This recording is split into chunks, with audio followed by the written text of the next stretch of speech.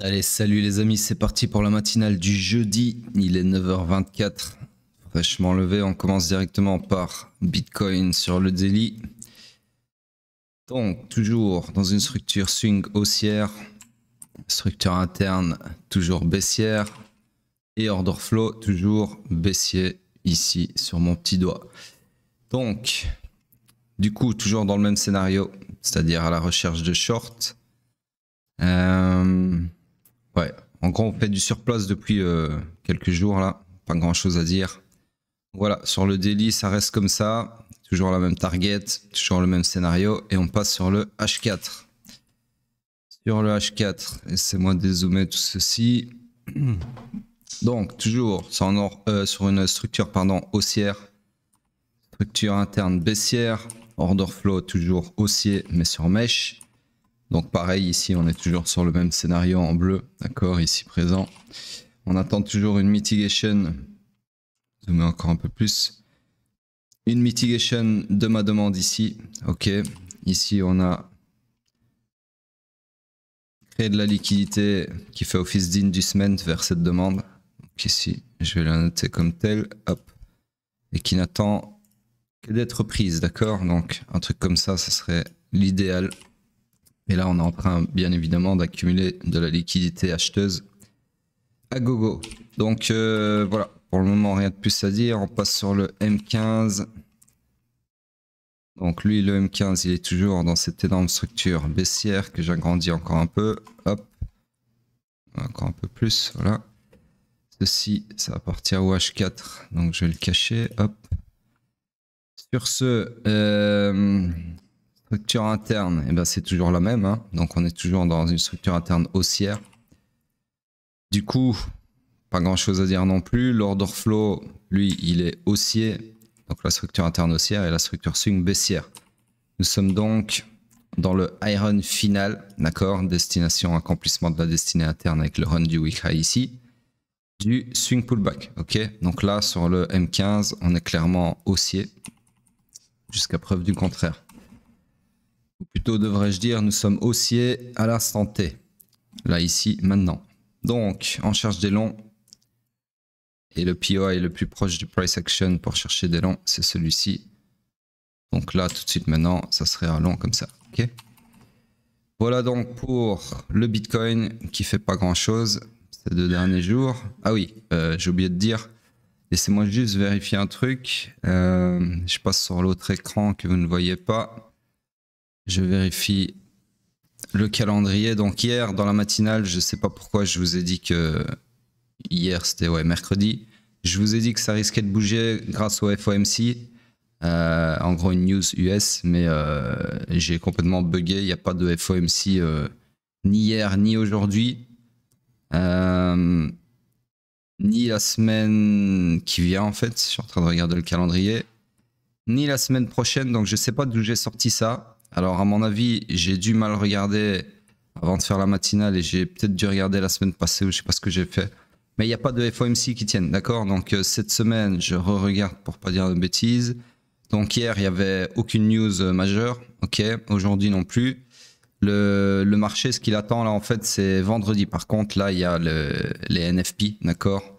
Donc, non-farm payroll, c'est une énorme news. Donc, je pense que d'ici vendredi, on va avoir un retour de la volatilité. Voilà, me revoilà sur TradingView. Donc, on passe sur le pétrole en daily. En daily. Donc, ici, ok, donc ça, c'est intéressant. On a toujours donc une structure swing haussière, un order flow baissier. Donc, nous sommes toujours dans le swing pullback.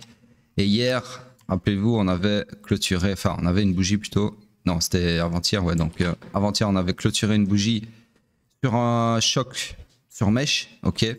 Donc, il y avait une possibilité que ce choc-là soit là pour faciliter une prise de la liquidité vendeuse, pardon, pour alimenter un mouvement contraire, d'accord. Sauf que au final, hier, qu'est-ce qu'on a eu? Bien, on a eu un follow-through. Donc, un follow-through, c'est simplement un corps de bougie qui parvient à clôturer sous un choc qui s'est fait sur mèche. Donc, en gros, sous ce niveau-ci.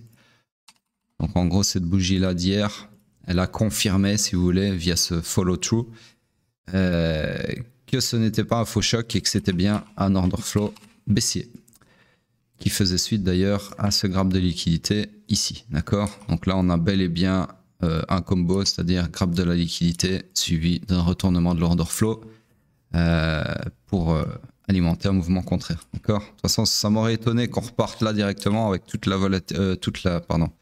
liquidité qu'il y a là. Je pense qu'on va continuer à cracher encore un petit moment sur le pétrole. Il y a trop de liquidité ici à prendre, ok? Tout ça là, tout ce que vous voyez là, toute cette succession de lots. Sous chaque lot, vous avez des stop loss, d'accord? C'est ce qu'on appelle la liquidité vendeuse dans ce sens-ci. Et puis, tous les stop loss au-dessus des highs, c'est la liquidité acheteuse, d'accord? Et le but du market maker, c'est de récupérer cette liquidité afin d'équilibrer le marché et surtout offrir des prix à tous les niveaux possibles à tous les acteurs du marché. C'est ça le but d'un market maker. Hein. Le market maker, il n'est pas là pour chasser vos stops, il est là pour équilibrer le marché, etc. Et pour faire ça, il a besoin de récupérer de la liquidité. C'est pour ça qu'il vient chercher ce que je viens de vous montrer. Okay, sans liquidité, un market maker, il ne peut pas faire bouger le prix. D'accord? C'est le principe de base de la mécanique des marchés. Sur ce, c'est tout pour le daily. Donc, on cherche des shorts de par l'order flow. Sauf qu'il n'y a pas vraiment de POI à short. Ce n'est celui-ci. Mais il nécessitera un retournement de l'order flow à ce niveau-ci. D'accord, donc c'est pas un scénario qui m'intéresse. Sur ce, on passe sur le H4. Sur le H4, nous avons donc une structure swing toujours haussière. Structure interne. Alors, elle s'est finalement propagée, perpétuée à la baisse, comme ceci. L'order flow, mais il n'est pas encore apparu. Voilà, il est là. Donc, il est haussier, mais sur mèche. Donc là, si on suit l'order flow, nous sommes dans le... Alors ici, c'est vraiment tricky parce que, bon, je ne vais pas rentrer dans les détails, ça demanderait un cours structurel, mais c'est très inhabituel d'avoir une structure qui se perpétue avec le choc, lui, qui ne bouge pas. Okay, donc du coup, là, retenez juste qu'on cherche des longs, mais qu'il n'y a rien à long à proximité du price action, puisque le premier POI, il est ici en bas. D'accord? Donc lui aussi, il nécessiterait un retournement du price action, de l'order flow, pardon, décidément. De l'order flow à la baisse, d'accord? Donc c'est pas un scénario qui m'intéresse. Donc en gros, sur le daily et le H4, il n'y a pas de scénario à haute probabilité sur le pétrole là tout de suite maintenant. Et on passe sur le M15. Sur le M15, j'agrandis ma structure qui est toujours baissière. Order flow et structure interne toujours haussier, d'accord? Du coup, nous sommes toujours dans le iron initial du swing pullback, ok? Donc en gros, on est haussier clairement. Et on a toujours le même POI pour chercher des longs que j'agrandis comme ceci. Donc là, clairement, sur le pétrole, c'est un truc comme ça, ok? Donc l'idéal, ça serait vraiment aller faire une mitigation de cette demande-là en récupérant l'inducement qui est ici, donc en gros la liquidité vers le POI, pour ensuite aller récupérer toute la liquidité acheteuse ici, ok? Et si ça fait pas ça, j'ai bien l'impression que, vu qu'on est quand même dans une structure swing baissière, eh bien la structure se perpétue en accomplissant sa destinée, c'est-à-dire le run du week low ici, ok? Reste à voir, ce sera lequel des deux. Sur ce, c'est tout pour le pétrole. On passe sur Bitcoin en weekly. Hop, hop. Donc ici, toujours sur le doji, toujours en réaction à la mitigation du POI daily. Donc rien de plus à dire. De toute façon, il ne se passe rien pour le moment sur les cryptos en général. On regarde la dominance vite fait. Alors ça, c'est toujours encourageant puisque on a l'air d'être sur un faux choc si l'indicateur veut bien me l'afficher.